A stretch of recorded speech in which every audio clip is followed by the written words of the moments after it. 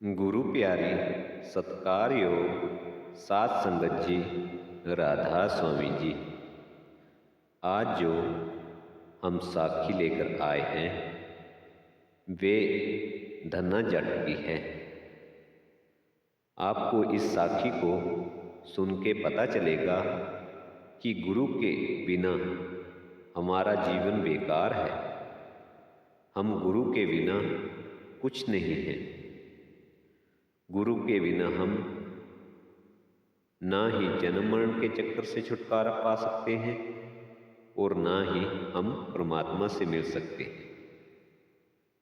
साथ संगत जी, आज हम सुनेंगे कैसे धन्ना जट ने पत्थर में भगवान को कैसे पाया। इस साखी को अंत तक जरूर सुने। साथ संगत जी, धन्ना जाट का जन्म 20 अप्रैल 1415 ईस्वी को राजस्थान के टोंक जिले में जाट परिवार में हुआ था। इनके पिता एक किसान थे। धन्ना जाट उच्च कोटि के कृष्ण भक्त और कवि थे। धन्ना जाट का जन्म सामान्य परिवार में हुआ था। इनके पिता कृषि और गाय पालने का काम करते थे। एक दिन धन्ना जी के परिवार के कुल गुरु, जिनका नाम त्रिलोचन था, तीर्थ यात्रा करके लौटे और कुछ दिनों के लिए धन्ना जी के घर में ठहरे। पंडित त्रिलोचन शालिग्राम भगवान की सेवा करते थे। वे बड़े भाव से उस मूर्ति की सेवा करते थे। फूल चढ़ाते और भोग लगाने के बाद ही भोजन किया करते थे। बालक धन्ना को पंडित का ये सब करना बड़ा अच्छा लगता था। कुछ दिनों बाद जब पंडित जी जाने लगे तब धन्ना उनके भगवान शालिग्राम के लिए जिद करने लगा। वे बोला, मुझे ठाकुर जी चाहिए, मुझे ठाकुर जी चाहिए। परंतु पंडित जी कहाँ उस छोटे से बालक को अपनी मूर्ति देने लगे थे। धन्ना को उनके माता पिता ने बहुत समझाया, परंतु धन्ना नहीं माना। अंत में लोगों ने कहा, ये अभी छोटा बच्चा है, इसे शालिग्राम जैसा और देकर चुप करा दो। अगले दिन जब पंडित जी स्नान करने गए तो वहां से एक बड़ा काले रंग का पत्थर साथ में ले आए और आकर धन्ना से बोलने लगे, मैं तुम्हें अपना ठाकुर दे दूंगा, लेकिन मेरे पास 2 ठाकुर जी हैं, बड़े और छोटे ठाकुर। तुम बताओ तुम्हें कौन सा ठाकुर जी चाहिए। धन्ना ने झट से जवाब दिया, मुझे बड़े ठाकुर जी चाहिए।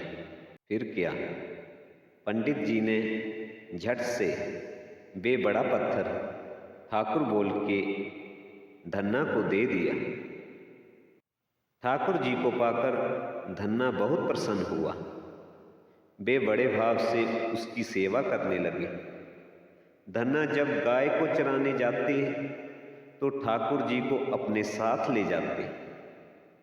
धन्ना जी की माँ उन्हें खाने के लिए बाजरे की रोटी, साग व अचार देती। अब धन्ना ने भी पंडित जी की ही तरह भोग लगाने की जिद कर ली। वे ठाकुर जी को भोग लगाने के बाद ही भोजन ग्रहण करेंगे, ऐसा उन्होंने निश्चय कर लिया। धन्ना जी ने ठाकुर जी को पुकार कर भोग लगाया, पर ठाकुर जी भोग लगाने नहीं आए। धन्ना ने जिद कर ली कि जब तक ठाकुर जी स्वयं प्रकट होकर भोग नहीं लगाते तब तक वे भी भोजन ग्रहण नहीं करेंगे। जब ठाकुर जी ने शाम तक भोग नहीं लगाया तो धन्ना ने वे रोटी अपनी गायों को खिला दी। 3 दिनों तक ऐसा ही चलता रहा। चौथे दिन धन्ना जी की माँ रोटी लेकर आई। अब धन्ना खेतों में जोर जोर से रोने लगा और बोला, आप तो बड़े ठाकुर हो, आपको तो लोग रोज 56 भोग लगाते होंगे, पर मैं 3 दिन से भूखा और परेशान हूँ। आपको मुझ पर दया नहीं आती क्या? कृपया करके मुझ पर दया करके थोड़ा भोग लगा लो, जिससे मैं भी कुछ खा सकूं। पंडित जी ने बोला है, आपके खिलाए बिना कुछ नहीं खाना, इसलिए पहले आप खा लो, उसके बाद मैं खा सकता हूँ।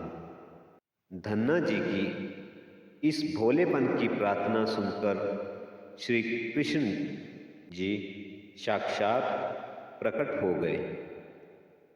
अपने ठाकुर को देख धन्ना बहुत ही प्रसन्न हुआ। उन्होंने ठाकुर जी को माँ की दी हुई बाजरे की रोटी और साग और गुड़ खाने को दिया। ठाकुर जी बड़े प्यार से रोटी खाने लगे। 4 रोटियों में 2 रोटियां ठाकुर जी ने खा ली। जब ठाकुर जी तीसरी रोटी खाने लगे तो धन्ना जी ने उनका हाथ पकड़ लिया और बोलने लगे, सारी रोटियां आप ही खा लोगे? मुझे भी भूख लगी है। मैंने तो 4 दिनों से कुछ नहीं खाया। आप अब मेरे लिए ये 2 रोटियां छोड़ दो। ये सुनकर ठाकुर जी मुस्कुराए। इस तरह बची 2 रोटियां धन्ना ने खाई।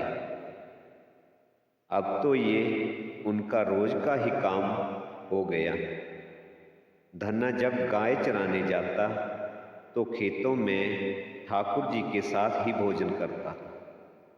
एक दिन ठाकुर जी ने धन्ना से कहा, तुम रोज ही मुझे रोटी खिलाते हो, मैं मुफ्त में रोटी नहीं खाना चाहता, इसलिए मैं रोटी के बदले आपका कोई काम कर दिया करूँगा। धन्ना बोला, मैं तो अभी छोटा हूँ, मैं गायों को ही चरा सकता हूँ, मैं आपको क्या काम बताऊँ? ठाकुर जी बोले, मैं तुम्हारी गायों को ही चरा दिया करूँगा। उस दिन से ठाकुर जी धन्ना की गायों को चराने लगे। एक दिन धन्ना ने ठाकुर जी से पूछा, आप मुझे गले क्यों नहीं लगाते हो? ठाकुर जी बोले, मैं आपके सामने प्रकट तो हो गया हूँ, लेकिन मैं पूरी तरह तभी मिलता हूँ जब कोई सतगुरु की शरण लेता है। अभी तक आपने कोई गुरु ग्रहण नहीं किया है, इसीलिए मैं तुम्हें अपने गले से नहीं लगा सकता। धन्ना बोला, मुझे तो पता ही नहीं गुरु क्या होता है, फिर मैं किसे अपना गुरु बना लूं?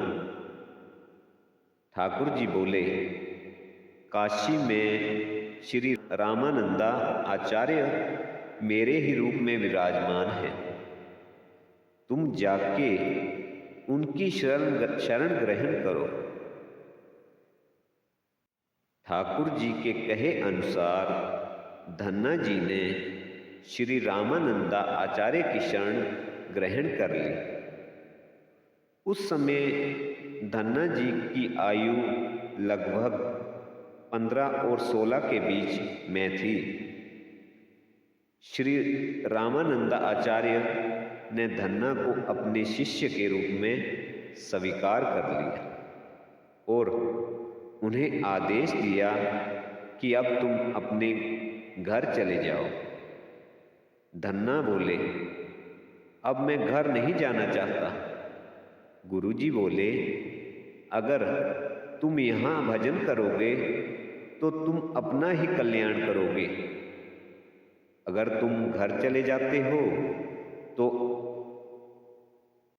खेती करते हुए और माता पिता की सेवा करते हुए भजन करोगे तो तुम्हारे साथ कई जीवों का कल्याण होगा।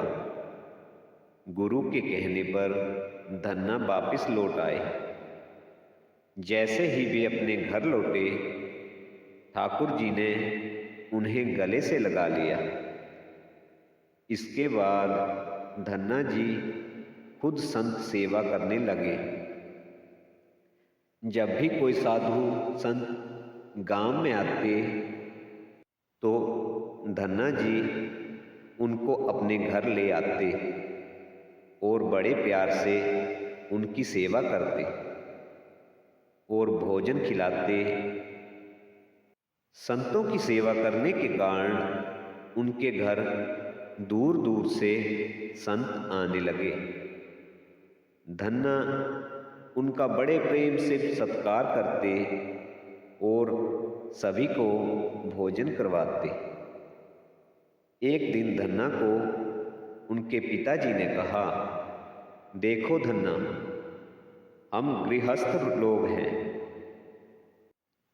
यदि महीने में कोई एक आध साधु आ जाए तो हम उनकी सेवा कर दें, उन्हें भोजन भी करा दें।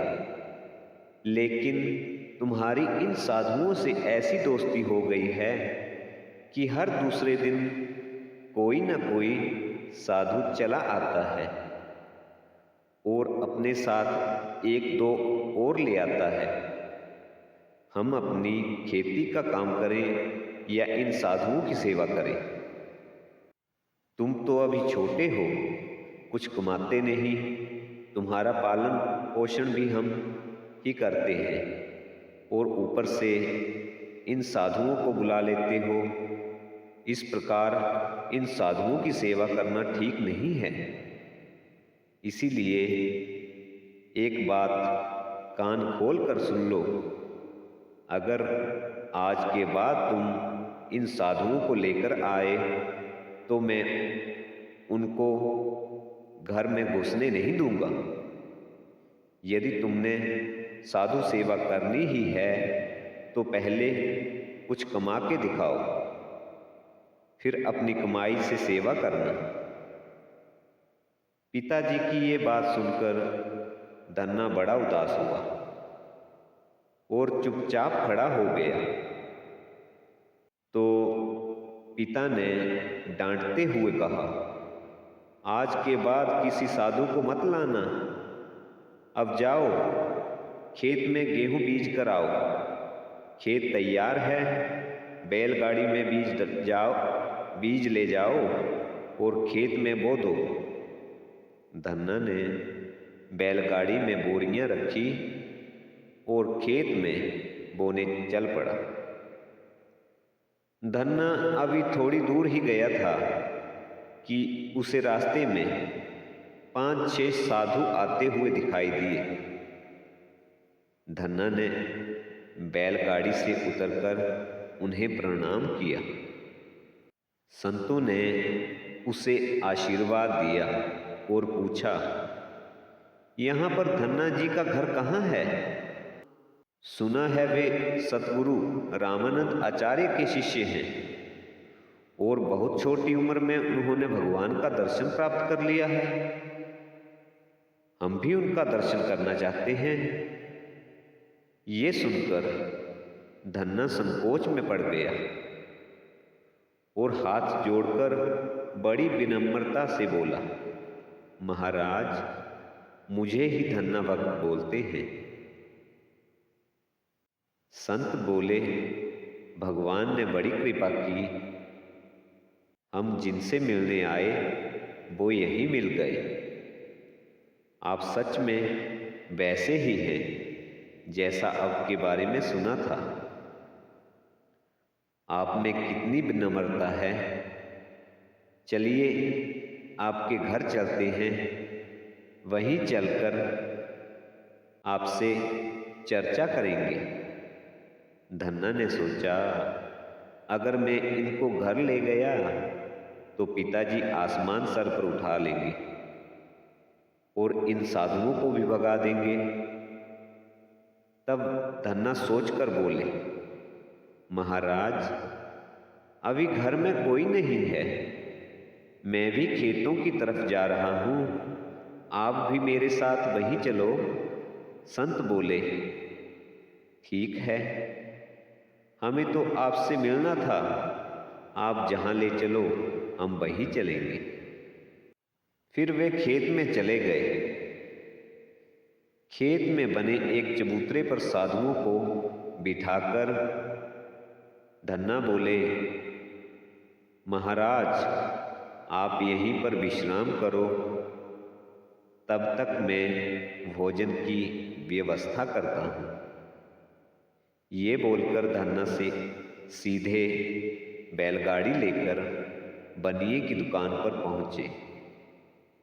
वहां पर बनिए को बीज वाला गेहूं बेच दिया और उनसे दाल बाटी और चूरमा बनाने का सामान खरीद लिया। सामान लेकर धन्ना जी खेत पहुंचे।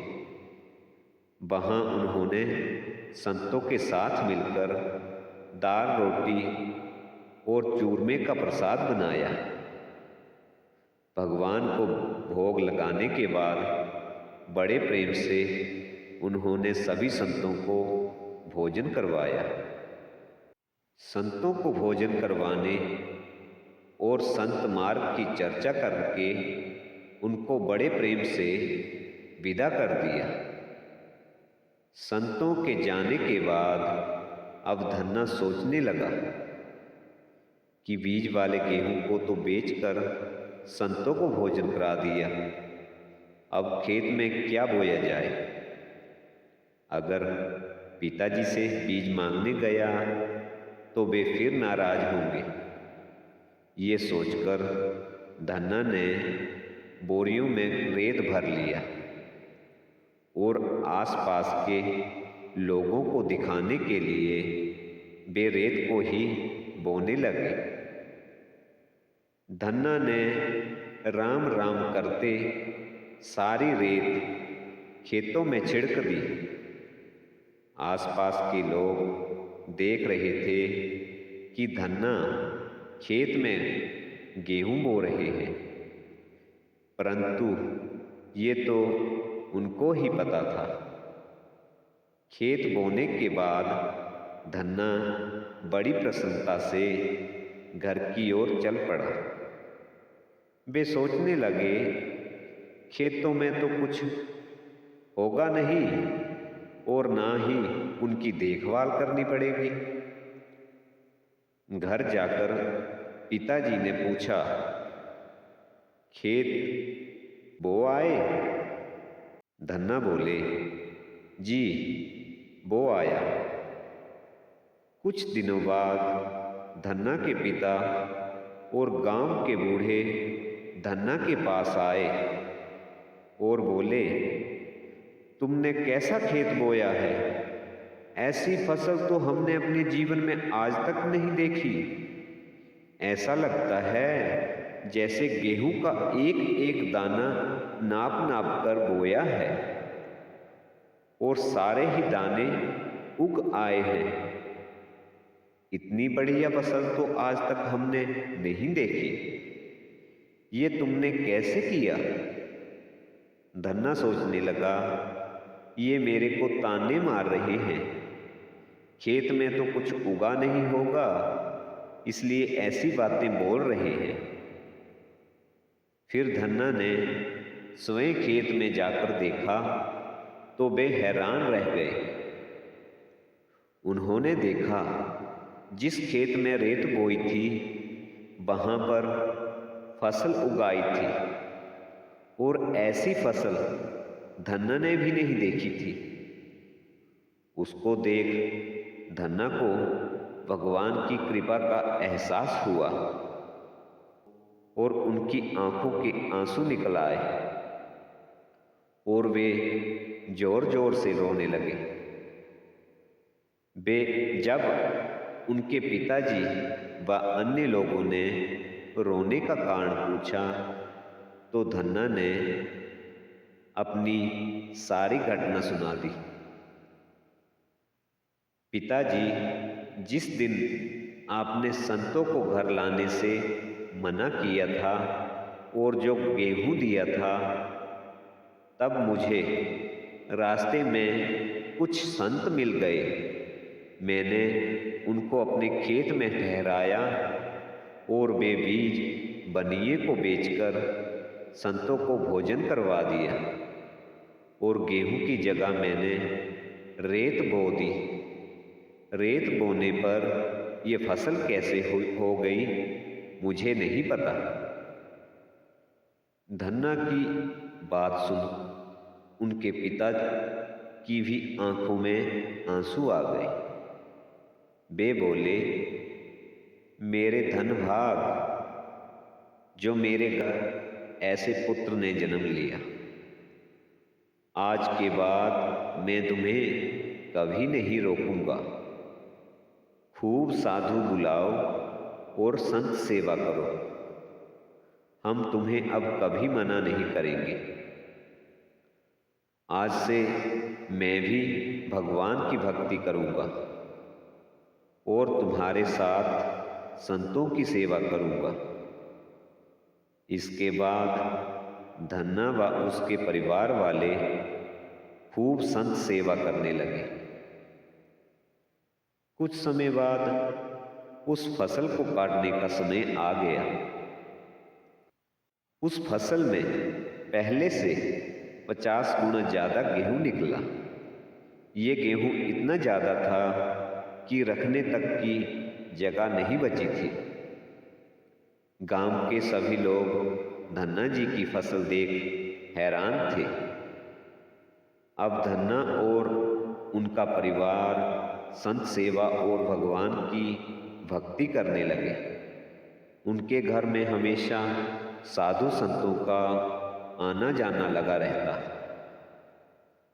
साधु संतों की बड़ी बड़ी टोलियां आती।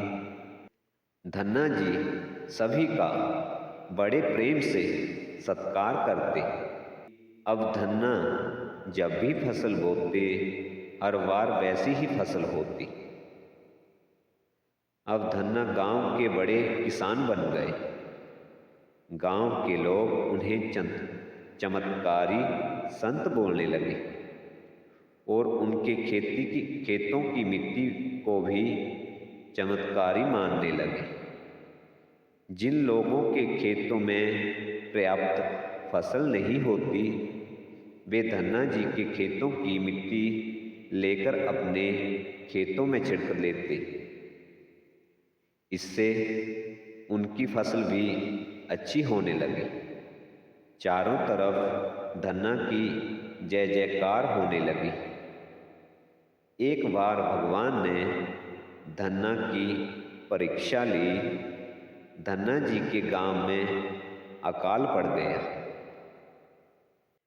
धन्ना बड़े किसान थे। उनके पास बड़ी खेती थी और अनाज भी काफी था। अकाल के कारण उनके आसपास के लोग धन्ना जी के पास मदद के लिए आने लगे, पर धन्ना जी ने भी अनाज दोनों हाथों से लुटाया।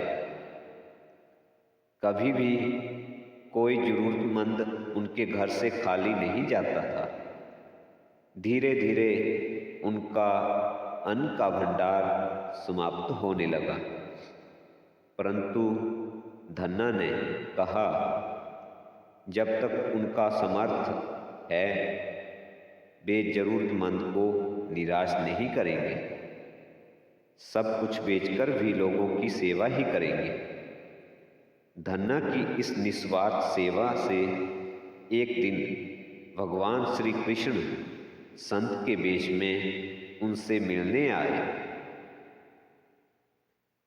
और तुम्बा जिनसे कमंडल बनाया जाता है के बीज दिए और कहा, धन्ना जी, इन बीजों को बो दो और जब पक जाएं तो इनको बेच लोगों की सेवा करना। धन्ना ने ऐसा ही किया। संत के कहने पर उन्होंने वे बीज बो दिए। लोग कहने लगे, लगता है धन्ना पागल हो गया है, ऐसे भीषण अकाल में फसल बो रहा है, वो भी तुम्बा के बीज की। इसको तो पशु भी नहीं खाते और ये कमंडल के सिवा और किसी काम भी नहीं आता। ये फसल उग भी गई तो क्या फायदा। कुछ दिन बाद तुम्बा की फसल उग गई। सभी लोग चकित रह गए। इतने भीषण अकाल में फसल कैसे उग सकती है। घर में जो फसल के बीज रखे थे वे भी धन्ना ने संतों की सेवा में लगा दिए। अब उनके पास अपने परिवार के गुजारे के लिए भी अनाज नहीं बचा था। गांव के लोग बोले, ये बड़ा मूर्ख है, अपने परिवार के लिए भी अनाज नहीं रखा और जो फसल बोई वो भी तुम्बा की, जिसे कोई खा भी नहीं सकता। धन्ना को लोगों की बात का कोई असर नहीं हुआ। वे तो भगवान की भक्ति में मगन रहते थे और लोगों की मदद करते रहते थे। एक दिन ऐसा आया कि उनकी फसल पक गई। उनके खेतों में तुम्बा के बड़े बड़े फल दिखाई दे रहे थे। धन्ना ने सोचा, अब दान के लिए तो कुछ बचा नहीं, अब इस तुम्बा का कमंडल बनाकर संतों को दिया करेंगे। साध संगत जी, धन्ना सभी फलों को तोड़कर घर ले आए।